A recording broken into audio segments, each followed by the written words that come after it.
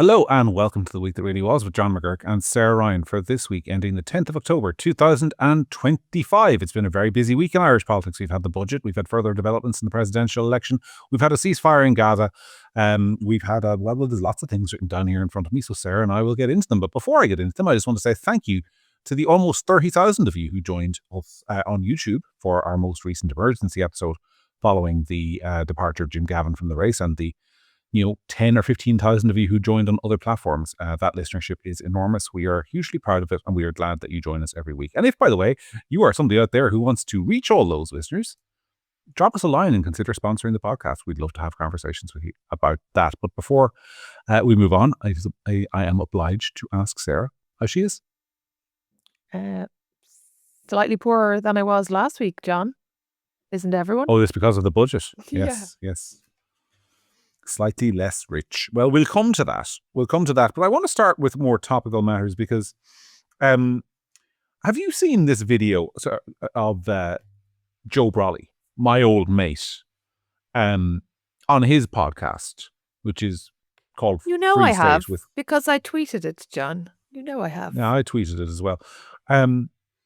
I'm just thinking here, if I ever on this podcast, if I ever start simulating blowjobs when talking about women, you as my co-host will say, John, maybe we shouldn't publish that, won't you?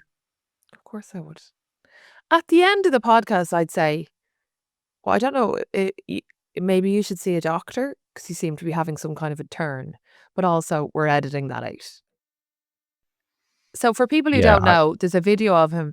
He's doing some kind of weird mock description of the rows of the candidates for the presidential election as rows of Tralee candidates. Yeah.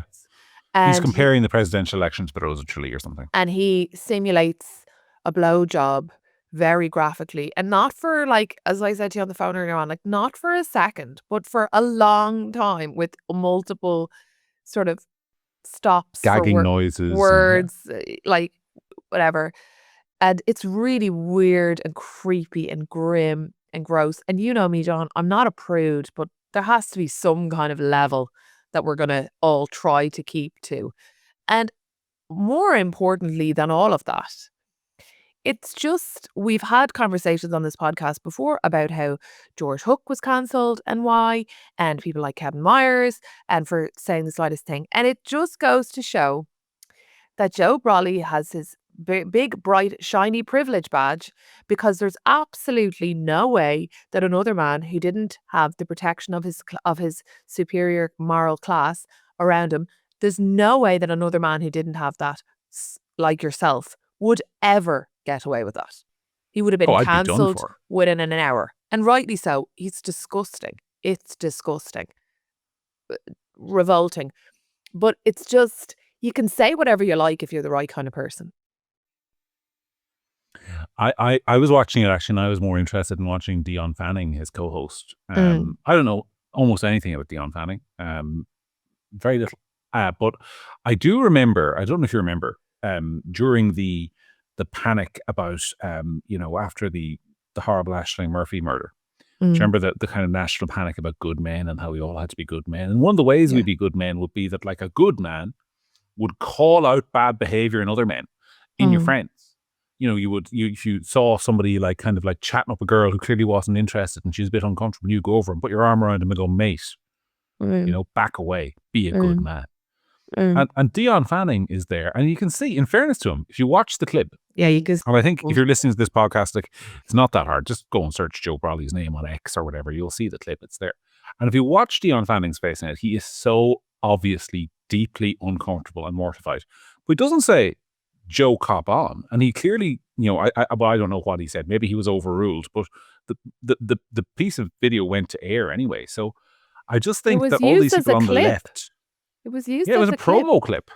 And also, just to roll back a little bit, even before he gets to his graphic blowjob simulation piece, he's also talking about how there's a way that he's talking about the women. He says maybe they'll be caught in a scandal where somebody finds them doing the reverse cowgirl. Oh, it's just real, I don't know. porn Reverse kind of cowgirl is a language. sexual position, of Yeah, course. but Yeah, it's it's like, porn. It's why porn is he language. talking about that about? Why is he talking like that about these women? Like, it's just really crass and again, like, he wouldn't get away with it if he was someone else. It's disgusting. A few weeks ago on his podcast, he accused me Mm. of Trying trying to get him fired from the Sunday Independent for his Pity you previous. didn't. It's pity in his imagined head when you were imaginarily trying to get him fired. You didn't actually get him fired, because then we wouldn't have had to watch this disgusting spectacle. But go on. In fairness, I don't think the Sunday Independent published that podcast. I think that's an independent production. Oh, fair enough. But all I'll say on that subject is I certainly wasn't trying to get him fired the last time he accused me of it. We I'm know. not going to try and get him fired now, but I will say this. If you were my columnist at Gript and he conducted himself like that, he wouldn't be writing for me again.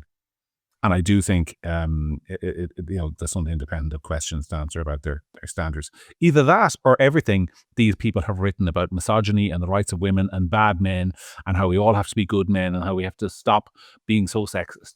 If that means anything to these people who run the newspapers and the media, this is my point. It doesn't. International Women's Day doesn't mean anything to businesses. They make cupcakes, pink cupcakes, and bring all the gals down to the canteen to tell them how special they are, but they don't give them crashes or good mat leave or working from home or better working environments. It's all garbage. The people who shout the most about women's rights, like the Social Democrats and all, are also the people putting men in your changing rooms. It's not real. They're all full of shit. The people who hate women and are the most damaging to women are the people who pretend they're helping women. The minute you see through it, the minute you realise, the minute it all makes so much sense. They're all full of shit, John. The Social Democrats' record on women is unbelievably bad. I mean, people have forgotten the name Linda Hayden. A couple of years ago, Linda Hayden was one of their candidates, who it turns out was, and I'm not even going to repeat what she was doing. If you Google that scandal, you'll find what she was doing. But like really off the worst stuff you could do to women. Was being done by a Social Democrats candidate who subsequently had to resign. So yeah, my point is that if the people in the Sunday Independent take themselves seriously on sexism and the rights of women and safe working environments and good conduct towards women, Joe Brolly won't be writing his column. But I suspect Joe Brolly will be writing his column. Yeah. So let's move on. We've dinged him now for 8 minutes near enough, which is probably enough to spend on that. It's probably about the exact same amount of time he spent simulating a blowjob on his podcast. So pretty much, I kind of feel like it just went on and on and on and on and on. Gross. Okay, he was, in fairness, he was trying to talk about the presidential election. So let's you and I try and talk about the presidential election without simulating any sexual acts. Where to start? Where to start? I mean, let's start with poor old Catherine Connolly, who it turns out. Now, you are, of course, a member of the Bar Council and the barrister in good standing, but it turns out that Catherine Connolly, who's been, against capitalism her whole life, seems to have made a fair bit of money representing banks who were, it is alleged, trying to evict people from their homes during the housing crisis. And there's a lot of anger about this. And then there's a lot of people kind of like centrists and middle of the road people kind of going, well, hold on a second here. She was a barrister. She had no choice in her clients. Is that true, Sarah? Well, I don't think that anybody certainly in crime would be turning away clients. Like, you can't do that any more than a surgeon is going to, when somebody's wheeled in for a stent in their heart, is going to say, was this guy looking at child porn? I'm not doing that. Like, you can't, the whole system breaks down if you start saying, I'm going to make a moral judgment on my clients and not represent this person over that person or whatever. That absolutely exists. The problem for Catherine Connolly and people like Catherine Connolly is that they play this superior morality to everyone else. And I think that might be why, people feel aggrieved that somebody like that on the left who, basically doesn't believe in banks or repossessions at all is doing that. That's, I think, where she comes a cropper. But as a barrister, I don't see, as a barrister, you represent people. It's not your job to make a moral judgment on them. And, if you start equating people's politics or people's opinions with the people they represent, you get into very sticky territory really fast. See, I don't, and I'm not arguing with you, but I just don't buy this particularly. I mean, first of all, I agree that I'm a right winger, right? I believe in free trade. I believe in the ability to sell your services. I believe in the ability and the right to earn income. I also believe that every party who goes before a court has a right to legal representation, and you can hire whatever barrister you want. Even if 100%. they're a murderer, paedophile, child, it's like the system breaks down if people don't get legal representation. So completely, not arguing with that at all. But this idea that she had no choice but to represent the banks, that's right. I don't necessarily agree, because this wasn't criminal stuff. It's not a criminal case. Like what you're talking about isn't a criminal case where if the government accuses me of, God forbid, child sex abuse or something, I have a right to legal representation. I have a right to a lawyer who will come along and represent me, and the lawyer cannot in good conscience refuse to defend a defendant unless there's a conflict of interest. And if they do, but if they're happy to defend you, John, it doesn't mean they like people who are child molesters. 100%. I agree. What I'm saying is that's in criminal matters. This is in civil matters.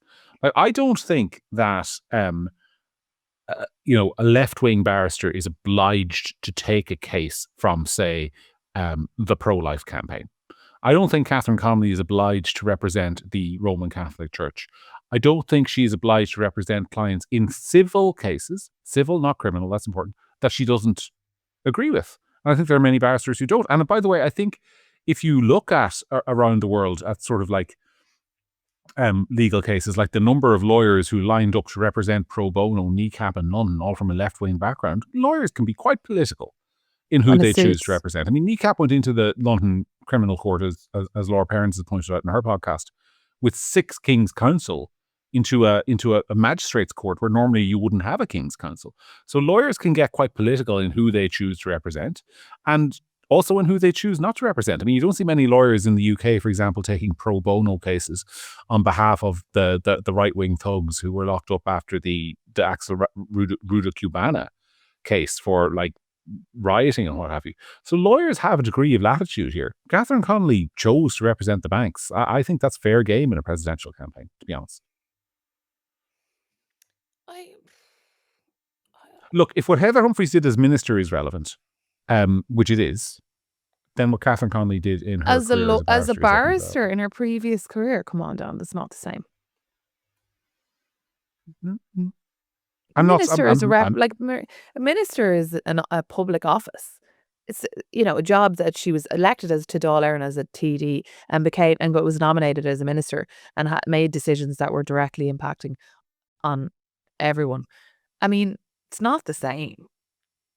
I mean, I take your point that being involved in representing banks in repossessions of homes or whatever it was is not a good look for somebody like her.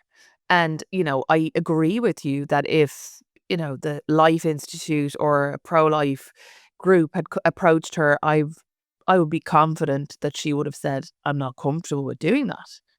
But at the same time, I'm just not really comfortable as a barrister myself with the idea that people would be punished for any case that they were in. Does it make her a hypocrite? Maybe. But is it the silver bullet or the kill shot that people, probably in Fine Gael, who are pushing this story all over the place? I don't think so. So you want to talk about Ivan Yates, didn't you? Did I? Oh, sorry. Maybe I want to talk about Ivan Yates. But Ivan Yates, who apparently there's this quote going around allegedly from Ivan Yates. I haven't seen it, saying that in his opinion, Fine Gael should basically take Catherine. I did see this. Smear her and take her out. Yeah. And I think that that's what they're doing. And I mean, it could backfire. But it could backfire in multiple ways. It could backfire in that it makes people feel like they want to vote for her, but it could also backfire in that people are just so disillusioned and over this election that I think the person who wins will say in the constant smearing of Catherine Connolly is not Heather Humphreys, is actually spoil votes and no-shows. Yeah, well, you and I have made clear, I think we're both minded to spoil our votes. I actually think, I think the problem for the government is on this one. And I saw Ben Scanlon, my colleague, tweeting this. Like, people can see, and everyone knows what my opinion on Catherine Connolly is. I don't hide my opinion on Catherine Connolly. Like, there are simply no circumstances in which I would ever cast a serious vote for her. There just simply aren't. I think she'd be a terrible president. I think she's got terrible ideas. I think she's good at football. I don't know if you saw the Keepy Uppy video, which is brilliant. She's good at football, but like, make her Manchester United's new number 6, not the president of Ireland. That's my opinion.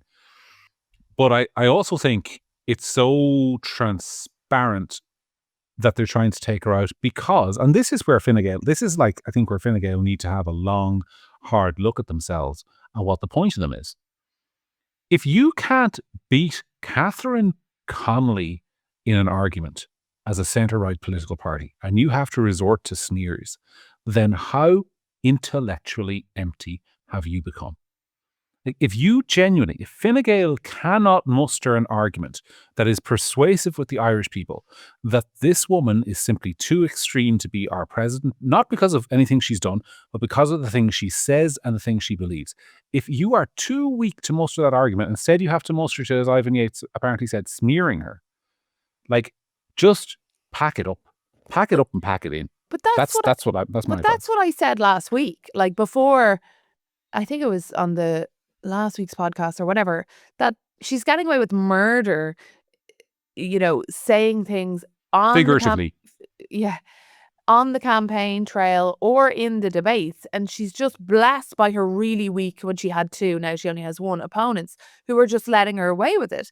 And the thing is that you said this time and time again on this podcast, that when you're, centre right or whatever, and by the way, we could talk all day about how Heather Humphreys is not centre right or centre. But anyway, she should be able to absolutely bury Catherine Connolly into the ground in a debate. And she is not even matching her. And that, I don't know what the sort of, is that because, I mean, this is a person who didn't run for Dáil Éireann because she told us that she was too tired. Is she maybe too tired for the campaign trail? Because she's not matching Catherine Connolly, and Catherine Connolly she should be able to defeat in her sleep, practically. Yeah, there's something about, I don't want to get personal about Heather Humphreys because, as I've said before in this podcast, I think she's a good woman, but I just don't think she is, in the least snobby way of saying this, she's not an intellectual. I don't think she thinks about ideas. I think she thinks about politics in terms of, I'm the local TD and I deliver the new bypass for the local town and I deliver the new roof for the hospital, and that's my job. And I don't think she's ever seriously thought about ideas in any serious way in her life. And Catherine Connolly has spent her entire life thinking about ideas. Now, they're crazy ideas, but she understands them and she knows them. Fine Gael cannot muster an intellectual argument. This is an intellectually dead party, which is part of an intellectually dead government, which is part of an intellectually dead centrist political class in Ireland, which is having legs run around it by a left wing that is, I mean, if you're losing an argument to Paul Murphy's candidate, you have no business in politics. You've no business being in politics, and yet they're running the country. That's my opinion. Well, this is what I mean. Which I've now repeated twice. I don't think. I mean, I said on the podcast many times that I like Pater Tobin very much, but I think he would forgive me for saying that he's not a comedian. But unintentionally, he has made me laugh so many times by calling Fianna Fáil an ideological empty husk, and I don't know why. I just find it so funny. But he's right that Fine Gael and Fianna Fáil have just blended into this one sort of nothing. And when they're up against a left-wing candidate like this, who, as you say, has done her Uber Wally, has done her thinking, even though her thinking is obviously, we think, is wrong, but she's put a bit of thought into it, she's done a bit of thinking, and if she's up against somebody who's done a bit of thinking, even if it's mad thinking, she's losing. I mean, Paddy Power paying out on Catherine Connolly. Look, I know what you mean, but I kind of object to the idea that she's done her Uber Wally. If your Uber Wally is sitting on the television and saying military-industrial complex 12 times, I mean, Dwight David Eisenhower invented that phrase when he was leaving office in 1960 or 1961. He wasn't able to do anything about it. No one's ever been able to do anything about it. What is your policy as president except just to talk about it a lot of the time? I mean, like, presenting the Irish presidency as a kind of secular agnostic papacy, where you kind of just pronounce on affairs and world affairs to the rest of the world and lecture everyone else on our behalf, I think is kind of intellectually empty. But yeah, if people aren't able to challenge that, they're not able to challenge it. We were talking about Fianna Fáil, and we moved the conversation on a little bit because you asked me on Monday's emergency podcast, you said, John, what do you think will happen to Micheál Martin? And I said words to the effect of they'd chat about it for a few days and they'd make angry noises and then they would do nothing. Now, I've gotten a few predictions wrong on this podcast recently, so I expect you to kind of like bow down to me on that one. Sorry, I think we were both in agreement. I said Conor McGregor. They'll do nothing. I'm not letting you have that. Well, I said we it both was worth a try. We both It was said the worth a exact try. same thing. Said the exact same thing. We both like. I mean, first of all, gotta try to get some credit for first of all, well, you were right. We were both right. They did nothing. I mean, it's now at the point, right? You said on the podcast last time, you said they don't do anything would they ever shut up, right? And today I was thinking about it. I was thinking, do you know what it's reminded me of now? It's reminded me of like, you know, like a group of kind of like 17 to 25-year-old girls who one of them has a boyfriend that the rest of the girls hate. And every time they have a fight, she goes back and bitches about him. And the girls all get all riled up and they think she's going to break up with him. And then she goes off and goes and gives out to him. And then they stay together and she comes back. It's like that now. That the lads in Fianna Fáil just keep coming back and bitching about their boyfriend. And then you just see them getting off with him at the disco the next night. So shut up and stop whinging about your boyfriend that's mean to you. Because you take it and you love it. So go away. Yeah, and Micheál Martin is going to escape with this one scot-free.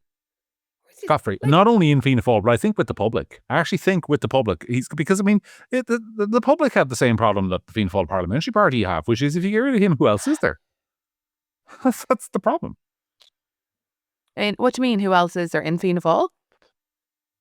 Anywhere. I mean, so Micheál Martin was, before this happened, according to all the opinion polls, and like a lot of people think, oh, they don't trust the opinion polls. No, the opinion polls tell you a lot about the country, even sometimes with election results or referendum results a couple of weeks out, they can be uncertain because Irish pollsters are very cautious but undecided. But they ask a regular question like of your approval of various party leaders, and Micheál Martin is always the most popular Irish politician with the highest satisfaction rating. And I think the voters kind of like, for some reason, like I think they have this kind of relationship with him where they're not in love with him, but for some reason they think he's kind of competent and aren't that eager to replace him with anybody else. Now, unless his competence rating took a massive hit, which I don't think it has, because I think people are blaming Jim Gavin for this, I think he'll get away with it pretty much unscathed. Oh no, I think he'll definitely get away with it. I don't think it's a Jim Gavin I definitely think it's a Micheál Martin competence problem, but like, you know, it doesn't really matter. What matters is what will stick. And the lads went in and, you know, did a lot of huffing and puffing. And they did nothing, as usual. And I think that, you know, Micheál has not had a lot of real sticky moments in his leadership, really. This was one, no matter what way you look at it. I think the party is humiliated. I think that the fact that Jim Gavin will still be on the ticket and people go in and be reminded of again, and then there'll be kind of conversations about how many votes he gets and was that accidental and, you know, like garbage. But I think they'll do nothing. So, you know, they've no, like the analogy I use, like, you know, stop talking and bitching and whinging about your boyfriend all the time if you're just going to get back with him every weekend.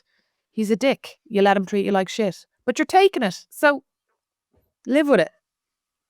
That's actually, the more you explain it, it's a better analogy the more times you explain it. It's true. Speaking of this whole business of Jim Gavin remaining on the ballot, because this is a source of confusion to people, and it actually brings you on to nicely. I'm going to spring a topic on you because sometimes before we go on air, like Sarah and I are both very busy people, so we generally take like 10 minutes before we go on air, kind of we talk this and this, whatever. But this one didn't come up. Maria Steen called for the presidential election to be like postponed or cancelled or something during the week, which like I get where she's coming from. Just to clarify, I do not that is not going to happen, and I understand she's an article coming out, or maybe talking about this more over the weekend, but like it's not politically possible. It may theoretically be legally possible, but like the point here is Jim Gavin is still on the ballot. And he hasn't actually withdrawn from the election. He's just ceased his campaign. So like, what do you think of her call, first of all, and where the sort of politics of all this stands? I don't mean the politics of her call, but just what do you think the public think about the Well, state of the election? I'm not sure if they've managed in time to get his name not on the ballot. No, you can't. There's no legal mechanism. I looked this up. There's a Presidential Election Act. The only way his name could be taken off the ballot is if he had died. Yeah, And thank God he hasn't died. but I'm not sure that the legal argument. I mean, I think there's an arguable case, but like I said to you the other day, there's an arguable case for lots of things. Mhm. What do I think the public think of it? I think the public think it's an omni-shambles. And I don't think that the public would be averse to the idea of it being rerun or restarted. I don't think there'd be public outcry against that. But I then think that Catherine Connolly and Heather Humphreys have an Heather arguable Humphreys. case. You know, so if Catherine Connolly withdrew tomorrow because of some scandal or whatever, Heather Humphreys then becomes the Dauphin, right? I mean, is that she just would automatically become. But if Catherine Connolly and Heather Humphreys were driving down the road and both died, then it would have to be run again. Or if Jim Gavin was still on the ticket, technically, would he win? Well, look, let's suppose, like, for hypothetical purposes here, let's imagine that there's some massive Catherine Connolly scandal, and that's followed 2 days later by some massive Heather Humphrey scandal that no one can foresee. Yeah. And both of them end up having to do the same thing that Jim Gavin has done, which is to basically suspend their campaign, claiming they're withdrawing from the election. Are we then saying that the government would have no choice but to proceed with the election between three people, all of whom had withdrawn from the election? I mean, that I think is the basis of the sort of like the argument that Maria Steen was making. And I want to be absolutely clear. I'm a big skeptic of her argument, and I don't think politically it's a runner. But just in terms of the legalities of this, because Jim Gavin is still a candidate in this election. All that's happening is he's not going around asking people to vote for him. Yeah. So if all three of them were to do the same thing, like, the government would, presumably would not simply say, well, we are going to continue with the election, or we have to elect one of these people who doesn't want to be president. I think that there's no way it's going to happen. I think that keeping the conversation going about the legalities around this process and how flawed it is isn't a bad idea. Because unfortunately, I think that and it's been talked to death, that the process, the nomination process is flawed. The nomination process should have had another avenue. There's all kinds of problems with this election for a variety of reasons. And I think keeping that in the public imagination for as long as possible isn't a bad idea. But I don't think there's any hope of any of this actually coming to fruition in terms of, No. like, in terms of, like, it's happening. But I don't think, I mean, I was going to say, I think that for the next time there should be something different, but they're never going to do that. No, they're not. And we've all forgotten about it. And there probably won't be another presidential election for 14 years. And, who knows where we'll be? Who knows where we'll be? I don't think this will be an issue again. Look, we're half an hour into this thing, or almost thereabouts. Let's move on and talk about some other stuff. Before we go to the Gaza ceasefire, let's talk a little bit about news that broke today, Thursday, because it was fascinating. Where RTE basically kicked Ray D'Arcy off the air. Now, I, as people know who listen to this podcast, simply do not listen to RTE or watch it or consume any of its content unless work absolutely requires me to do so. So I, for example, watch the Week in Politics debate. Other than that, this doesn't go on as. I don't know the last time I heard a Ray D'Arcy show. Did you listen to any of it, or what do you make of any of this? Now, is Ray D'Arcy on in the daytime? I think so, yeah. Yeah, I think he's on after Joe Duffy. Is that? I think so. But Joe Duffy's gone. Who does Joe Duffy now? No, I don't listen to it either. I think that if you are, I mean, I don't know enough about this. It seemed like from what I read today that he's upset about the manner in which he left, and he seems to have left quite suddenly. But I'm also very bitter. I know, I can see that. But I'm also of the mind that if it is for a commercial reason, that it's about time some commercial style thinking started being introduced in RTE. I mean, if the show's not being listened to, the show's not getting ratings, and Ray D'Arcy, as we know from public record, has been paid extremely handsomely for that show for a long time.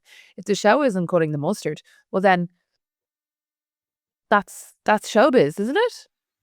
Yeah, I thought this for a long time. The one thing I will say is that I do a lot of driving around the country, and like a lot of the stuff that I do, if I'm driving late at night, what I'll often do is flick on the local radio station, Tip FM or Galway Bay or whatever. And a lot of these local radio stations have really good people on the night, young people, young voices in the media who aren't particularly political, who are just there to do entertainment, play music, kind of like chat about showbiz or whatever. And like RTE's radio is a closed shop to them, Yeah. by and large. And I think that's the problem. They're not bringing in young talent. I mean, Ray D'Arcy, anytime I ever did listen to him, I mean, God help him, I always found him just the most boring man on the radio. I mean, there are a couple of people who have competition for that title, but he's a definite contender. But it seems that it was all. I mean, RTE's statement was very brutal. It was like, he's not in our future plans. For a guy who was on your radio on Tuesday and wasn't on your radio on Thursday, that suggests to me that the bust up behind the scenes was pretty big. And then obviously his statement was very brutal as well. But look, we'll follow that one and see what happens. But I mean, as you to make your point, to expand on your point, I mean, in an ideal world, I think he's on at 3:00 or something in the afternoon. Like, you'd love to see some young person from Tip FM or whatever it is you're saying getting a shot of an afternoon show. Won't happen. It'll be Grania Shoga or something. But, the idea would be nice. All right. We better talk about people know I'm a Trump derangement syndrome person who can never give him any credit. But I mean, should Donald Trump get the Nobel Peace Prize? Well, no, but I think Donald Trump is more deserving of the Nobel Peace Prize than Obama was. But you don't think he should get it? Why do you not think he should get it? I thought I was the one with Trump derangement syndrome. No, I mean, if that's the criteria we're using, then I suppose he should get it. I mean, I think, it is remarkable. Sorry to interrupt you, but to wind back, I mean, I'm surprised it's taken this long, but I felt and said on the podcast that I thought that Trump would broker a peace deal in Gaza and in Russia or the Ukraine. Ukraine. I'm surprised it's taking so long, but here we are. Look, for the last year and a half, Irish politics has been dominated by ceasefire now, ceasefire now, ceasefire now. We want a ceasefire. We want an immediate ceasefire in Gaza. We want an immediate ceasefire. That's what we want, a ceasefire. And today we are again recording on Thursday the 9th. Ceasefire has gone into effect this evening. I have never seen such a glum-looking, upset, sad bunch as our friends on the left now that there is an actual ceasefire. And I just think it's remarkable, and I think it's telling. I think it is telling that there are so many people. I saw Owen Jones, who's not Irish, obviously, but he's a very prominent journalist and all this. I mean, the lad was frantically spent his day on the internet basically condemning everything about this ceasefire. These people, they just can't be pleased. The hostages are being released, which I think is really, really good. Hostages home and stop killing. That should be the best news ever. Like, yeah, make it stop. And also the absolute removal of the return of the hostages is on the end of Hamas's leverage in this process. The hostages for many months now have been the only thing that they've had to negotiate with, and what they are getting is a partial withdrawal and the Israeli forces staying inside Gaza. They are getting a negotiation on their terms of removal from the Gaza Strip. There's some talk of an international force going in there. I mean, it's pretty much peace on Israel's terms. And I think that is why the ceasefire now people are so upset. But in any case, and the other thing, of course, is they won't be able to go on any cruises anymore. What did you think? What was your honest opinion? And please be honest, even if you disagree with me, on the returning selfie cruise people during the week. I mean, I don't understand why you would put yourself into that position. I know there's people who will be upset and think that they're wonderful and they're heroes and whatever. I don't. I just think there's been a lot of Like, self-promotion. yeah, you could get yourself killed. Like some of those people, this isn't a joke. This isn't a vessel for you to self-promote. Some of the people who are on that boat, I'm not going to name any names, but some of the people who are on that boat have families and stuff. And I know that there are people being killed on both sides and families being blown up and whatever. That's my point. You shouldn't be putting yourself into the middle of something. What did that achieve? And I feel Absolutely nothing. that some of the people who are on that boat who are Irish that I know, I don't buy it. I think they're self-promoters and I think they're morons who are just trying to get a bit of attention, frankly. Well, at least Ty Kiki no longer refers to himself as a comedian. That's great, because that was a violation of the Trade Descriptions Act. So he's now an activist. Look, we won't talk about it anymore. I think we're all happy that there's going to be peace and that the hostages will be released and that there will be some end to the slaughter on both sides. And fingers crossed it holds. And we're not back here next week talking about the downfall of the ceasefire. Let's talk about the budget. What did you make of it? I was shocked Really? at how bad it was. I was shocked at how blatantly obvious it was that it was 1 year. It was the budget straight after an election and there's no fear of an election coming up.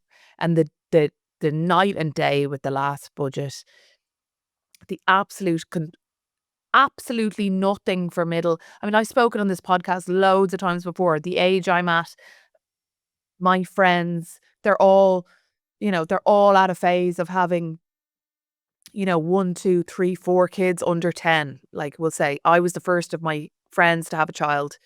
My oldest child is 9. So all of my friends' kids, my two best friends, we have, I don't know, 10 kids between us. We have my other girlfriends, I think there's 13 between us. Like there's a lot of kids. All of us work, all of us pay for crashes, all of us have mortgages, and all of us got nothing in this nothing. And these are people who are paying. Did you not get a few pence on the children's allowance now, to be fair? No, not the normal children's allowance. All right. Okay. Children's allowance didn't go up. The allowances for one of the social welfare allowances went up, but the children's allowance did not go up. Okay. Like, you might want to check that there when I'm talking, but like, as far as I'm concerned, it did not go up. Because I would have, one of my girlfriends would have mentioned it and it didn't.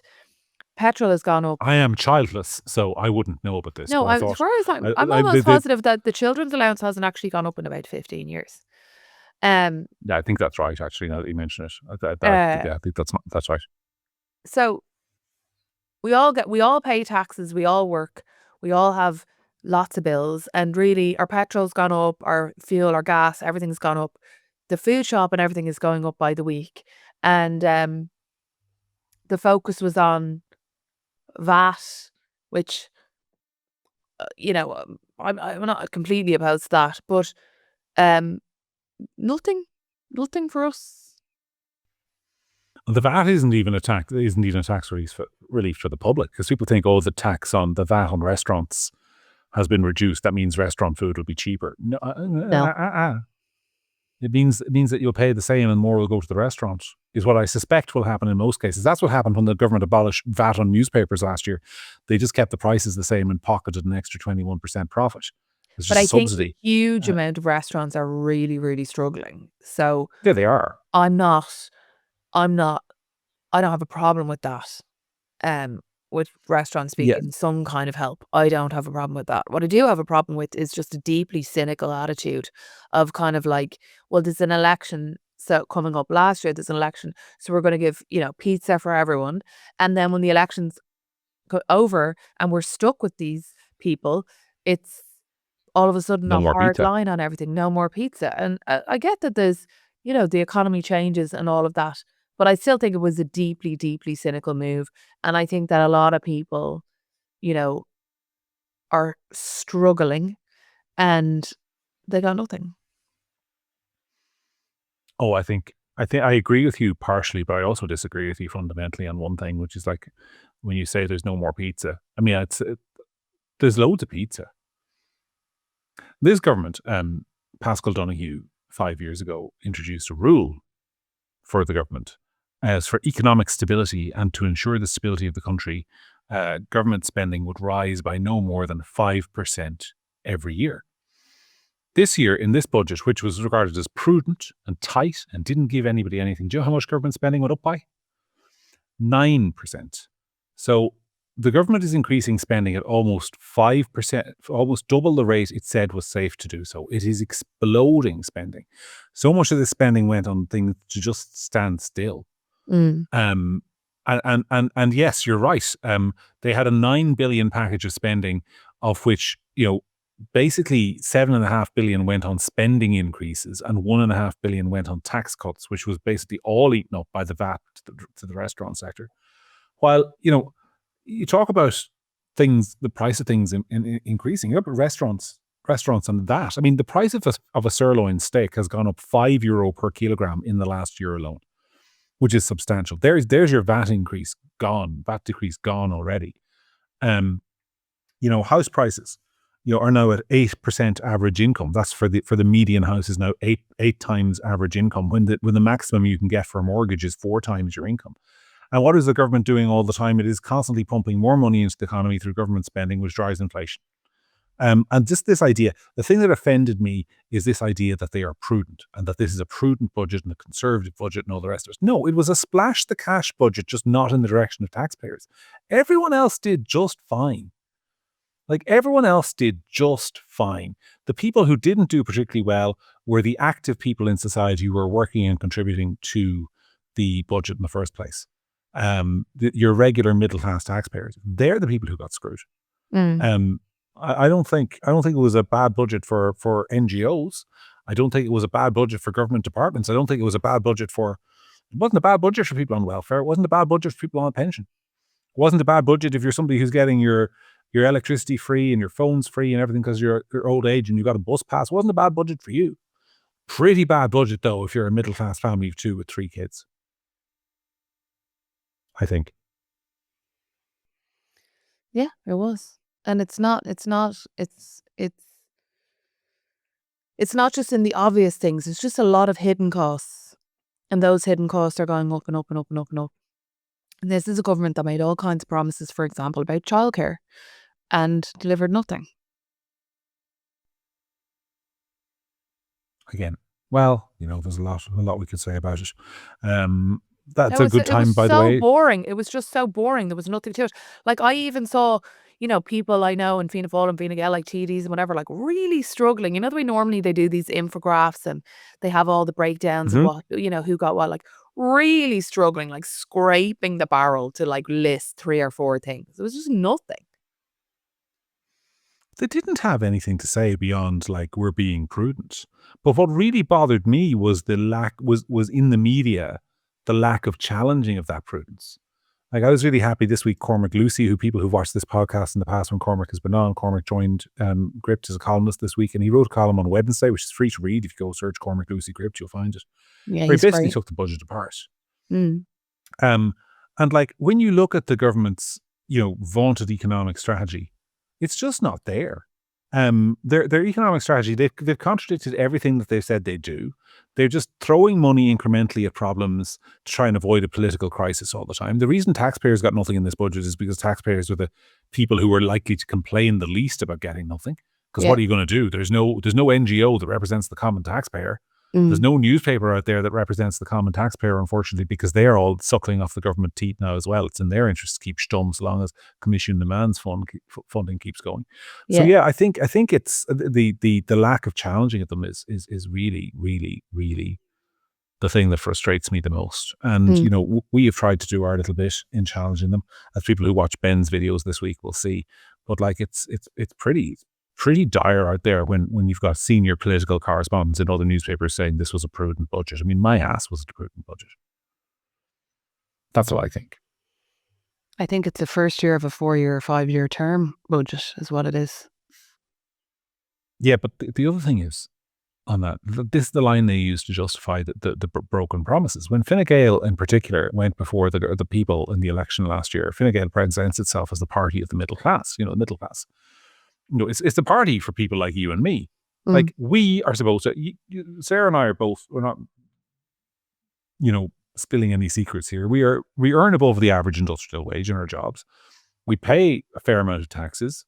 We don't, either of us, claim a lot of benefits from the state. Fine Gael is supposed to be the party that represents people like us. I mean, forget all the social stuff, forget free speech, forget, your views on social issues like abortion or the war in Gaza or any of that sort of stuff. Just the pure, who are you for? Fine Gael is supposed to be for you and me, right? That's the party it's supposed to be for, or people in our shoes. And it came to us and said, if you vote for us, we will increase the tax bands by €2,000 per year, which means effectively that every year we're in government, 2,000 less of your euro will be taxed at 40%, and it'll be taxed at 20% instead. So basically, we are going to give you, per taxpayer, €400 a year in tax cuts. That's what it works out at, roughly. And they just broke that promise. Just broke it. Just not only broke it, but the very first opportunity they had to break it, they broke it. Didn't break any of their other promises that I could see. It was just the one to taxpayers, to the very people who they are theoretically supposed to represent. What are you for? Not us. Not us. Not us. Speaking of political parties and what they're for, I'm reminded that we didn't discuss a story earlier on in the podcast, which is this business of Independent Ireland's presidential support for Catherine Connolly. Alleged presidential support, it should be said. The background to the story, if you are only following it, is that, if you're not hearing about it for the first time, is that the Journal the other day got a quote from Richard O'Donoghue, as one of their 4 TDs, basically saying he would be backing Catherine Connolly because she's a sound woman, even though he disagrees with her, and Heather Humphreys never did him a lot of good. The party is encouraging people to vote, not to stay at home. And of course, Michael Collins, who's the party leader previously, earlier on, several months ago, had flirted with nominating Catherine Connolly for president before they eventually nominated Maria Steen. And the Journal concluded that Independent Ireland is very publicly leaning in the direction of Catherine Connolly, which I think might have come as a surprise to some of Independent Ireland's supporters. What do you think of this? As somebody who has had an association with that party in the past, I might add. I'd say that came as a surprise to Catherine Connolly.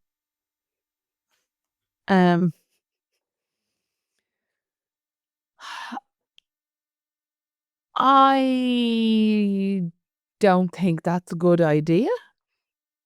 I don't think that Catherine Connolly's politics and what Catherine Connolly believes would be what a lot of people who voted for Independent Ireland would be align themselves with or have in mind.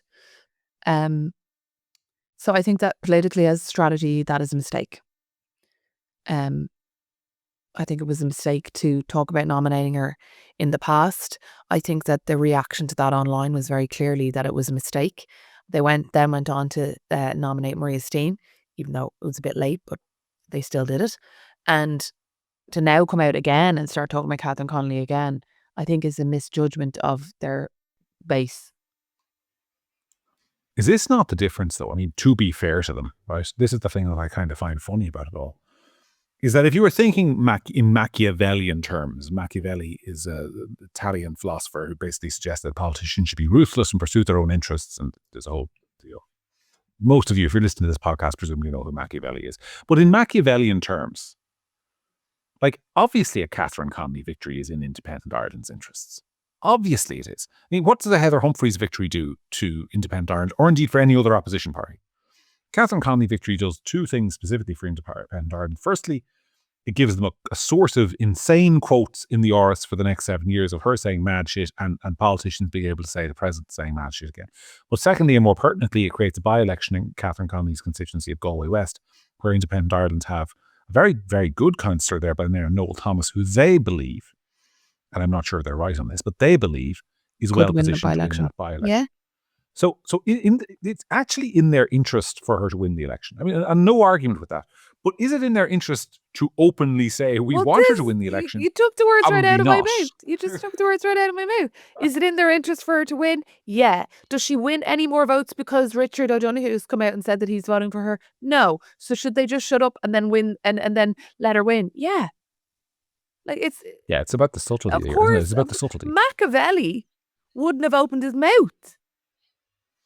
Look, everyone has interests. I mean, from a certain point of view, if you're sitting in my chair, if you're the editor of a conservative centre-right media outlet, like, who do I want to be president? Well, neither of them really. If I was put a gun to my head, I'd say Heather Humphreys. Who is better for, me as the editor of a media outlet to be president for the next 7 years? Well, there will be days, because there are always days when I'm stuck for something to write about. And on those days, I think President Catherine Connolly is more likely to do every journalist's favorite thing and say something controversial. So I mean, everyone has a set of interests. Does that mean that you communicate those interests, or that you publicly commit yourself to campaigning for them? No, because it'd be a very bad business decision for me to commit Gript Media to campaigning for Catherine Connolly, because our readers generally are not fans, and Independent Ireland's voters are generally not fans. Because you secretly were thinking, oh, if she gets elected, we'll get loads of copy out of all the mad stuff that she says. Yeah, well, we will, but I still think but you still wouldn't come we're out. not stuck. You still wouldn't come out and say we're voting for her. Of course, partly because all the mad stuff isn't a big enough incentive, right? I mean, you get mad stuff. I mean, just read Paul Murphy's Twitter feed if you're stuck for something to write about. It's not as if Ireland has a shortage of people saying insane, loony things. I mean, we are the world's leading producer of hot air. So it's absolutely fine from that perspective. But all I'm saying is, using that as an example, sometimes what is in your commercial interest or your political interest, is a thing that you probably wouldn't want to happen. But with Independent Ireland, there's the by-election, which I think Michael Collins in particular is very fixated on. But I mean, my God, man, just keep stum. Say nothing. Say we're not endorsing either candidate. There you go. No one's going to fall out with you for that. Yeah, and I just think that Independent Ireland is really, was a great idea and had a lot of promise, and has 4 TDs and got loads of councillors elected. But I don't think that Catherine Connolly's politics, or the grouping that their MEP has joined, is what people had in mind when they were voting for them. No, and that is a problem for them. And I think one of the problems they have is a structural problem, whereby they've got 4 really good TDs, in the sense that all 4 of their TDs will be elected whether they were in Independent Ireland or not. Right? So none of their 4 TDs, including their most recent addition, Ken O'Flynn, in my view, depend on being Independent Ireland to get elected. And that means that they don't really have to think nationally about growing their support base. Yeah. Those lads are happy. They're all, as far as they're concerned, nearly TDs for life. Maybe not all of them think like this. I'm not saying all 4 of them think like this, but I think certainly there's a tendency towards that. And it's stopping them from thinking in terms of national politics and building the party the way it needs to be built. It's disappointing, because they have so much potential.